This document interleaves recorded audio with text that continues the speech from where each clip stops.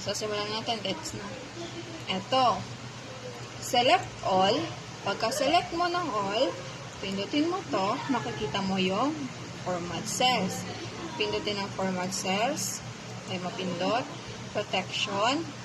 Makikita mo dito na hindi siya nakalock. So, pipindutin natin para malock siya lahat. Tapos, okay na.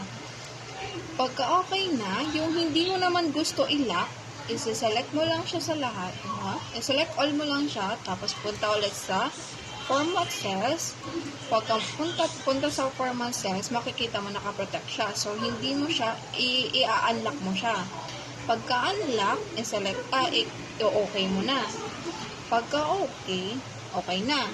So, para ma-make sure mo na nakalock to lahat, hindi siya magagalaw, except sa dito sa in-unlock natin, pupunta ka sa review. So, punta ka sa review dito. Pagkapunta dito ng review, protect sheet, pwede kang maglagay dito ng password. Pero sa ngayon, i-skip muna natin. So, okay. Pagka okay, makikita mo na itong mga naka-highlight na to, ito na dito, hindi siya magagalaw. Pero dito, pwede mo siyang palitan ng like 92. Pwede siya. Tapos ito naman, 34. Pwede siya mapalitan. So, stop. So, kanina, ito, napapalitan to.